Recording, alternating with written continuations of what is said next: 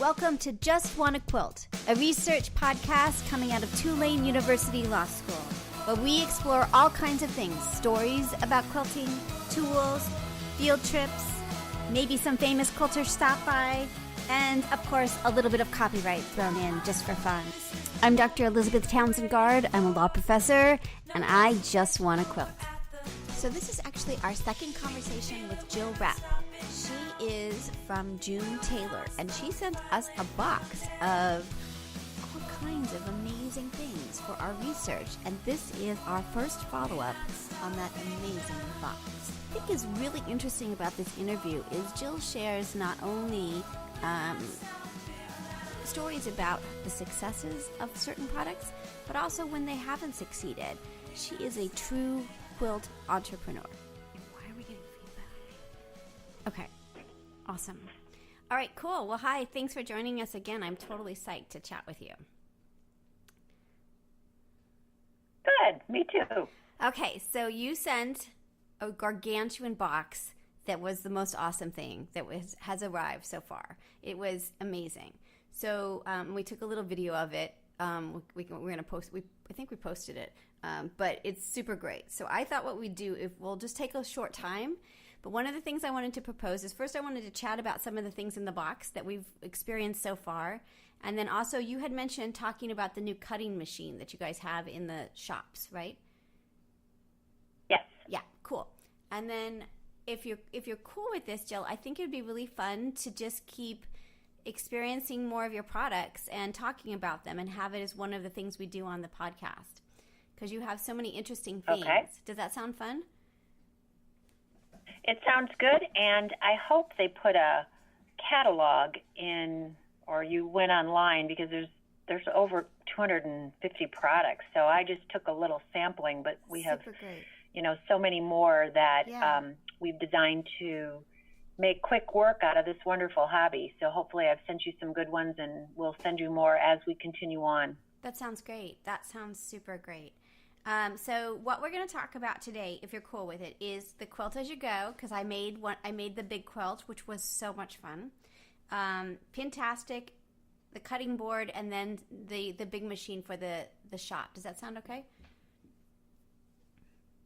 Yeah, did I link you to that video of the fabric cutting kiosk? No, I don't think so. So why don't we hold on? We can tell us a little bit about it, and then we'll look at the video and talk more. So I'm really interested to see how it works.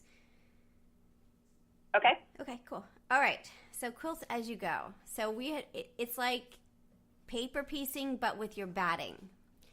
And so you sent us a bunch of them to do, and others are doing some of them, and I'm going to do more of them. But I decided to tackle it's like a lap size quilt. And it said, I think it said something like 14, what did it say, 14, you sew 14 lines and you're done, right? So I was like, okay, I'm up for the challenge. So it was fun and super awesome, and I think what was interesting about it is it kind of changed my thought about what quilting was. So I thought maybe you could tell us a little bit more about the background of Quilt As You Go and how it started. Okay, the background is this.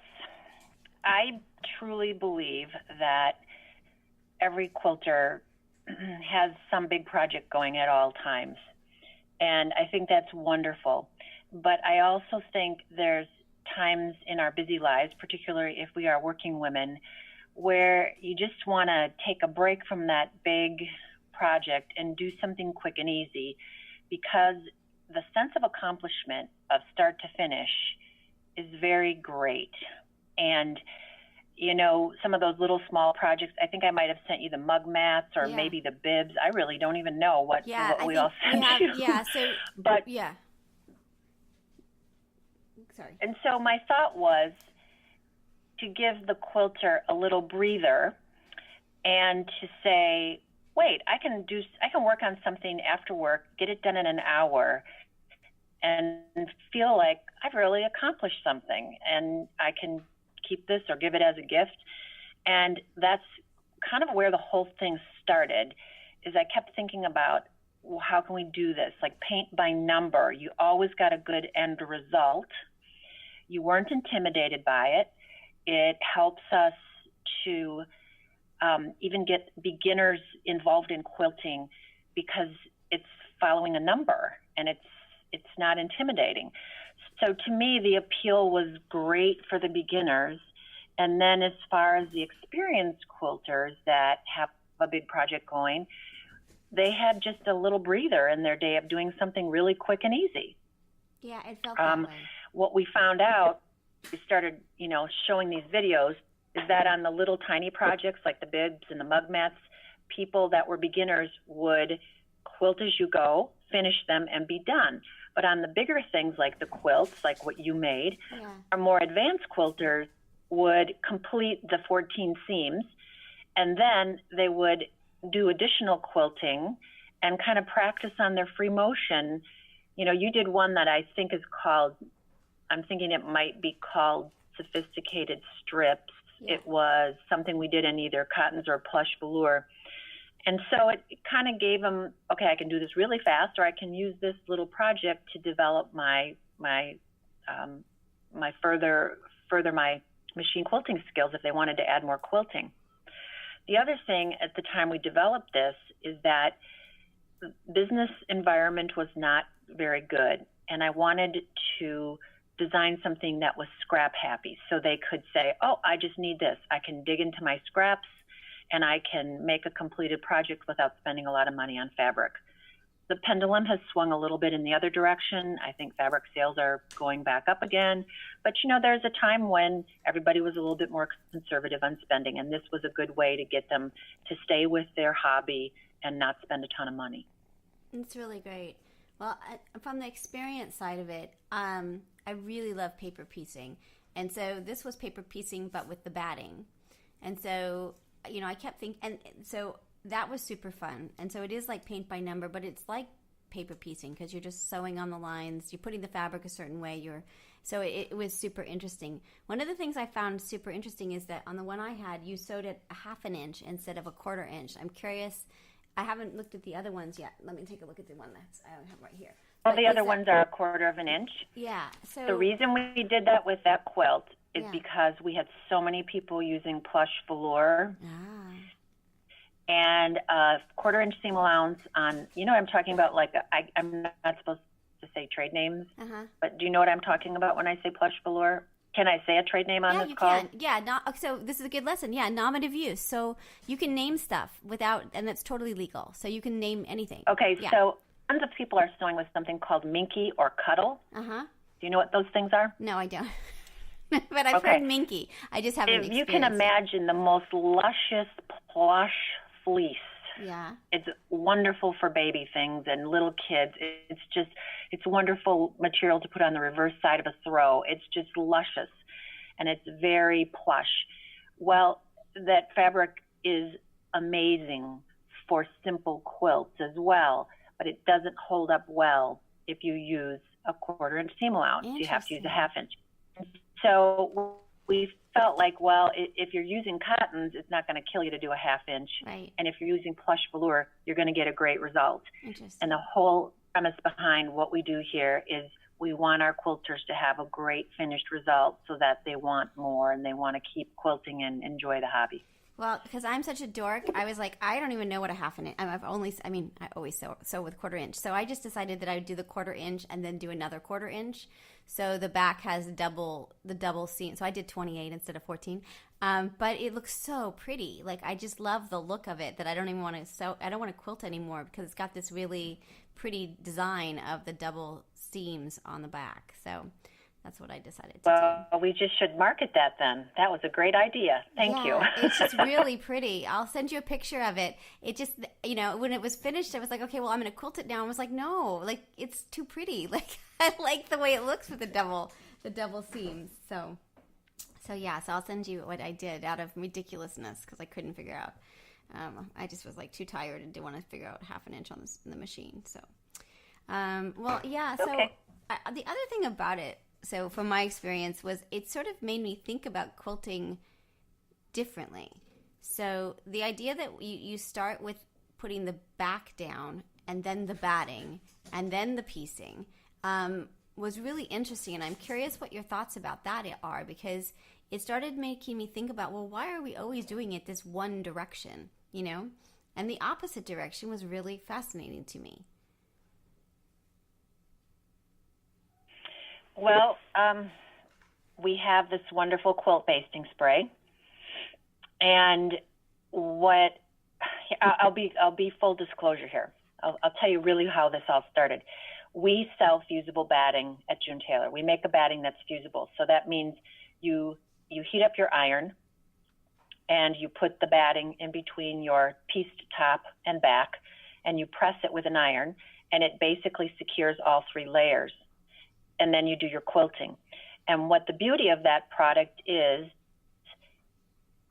that as you're doing your quilting, there's no pins in the way or tacks or however you secure your 3 layers. We eliminated that with our fusible batting. The only problem is... Yeah. Okay, continue. Sorry. I was going to say, I use the spray, but I haven't used the batting yet. So. You use what? I've used your spray. I use it all the time, but I haven't tried the fusible batting yet. But the spray is incredible, right? The fusible batting is really cool, but it's expensive. So we can only get it to be bought if it's on polyester, because polyester is such a less expensive base to work with. And so we have fusible batting out of polyester. I am not a fan of polyester batting. I like cotton batting. But I loved the fact that we could just fuse the back on and get going. And so we started out Quilt As You Go on polyester battings. That's how we initially started it. And we were just pressing the backing on and then, throw the top on, and it was super easy. Then when I said, I love this concept of Quilt As You Go, but I want in cotton, I had to find a way to secure the backing. So our quilt basting spray worked perfectly, and it was fast. And, then the quilter gets to the fun part a little bit sooner than later by using this. So the whole thing was a speed. That's, speed and options for quickly getting that back on so they could get to the fun part.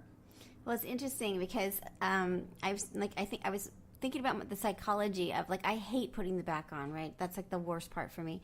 But I wasn't really thinking about it. I was still excited at the beginning of the project when I put the back on, and then I sewed it, and then it hadn't really dawned on me till I finished the project that I didn't have to put the back on. So I was like, oh, wait, I did that first. So it's really funny to me. Psychologically. And people, they're like, oh, wait a minute, it's quilted now. I know. It doesn't dawn on them that they're completing 3 steps at one time. I know. And then once they do it, enjoy it, they want to do more. I totally want to do more. So I'm going to do everything you said and hopefully more things with you. So the thing that I found is, you say that people, it is really strange psychologically, because you kind of, it's like paper piecing. You kind of forget that you have the back. So when you finish, you're like, oh, wait, I'm finished. It's really strange. But it was fun. So I really did enjoy it. So, and I was doing a countdown with my family. So we, because I told them it was only supposed to take 14. I mean, even though I had doubled it, it was only 14. So we were doing a countdown of how many more to go. So it was very, very fun. All right. So that was cool. Then we also looked at. And I joined June Tailor 24 years ago. Yeah. June had passed on a month prior, and I was reading her.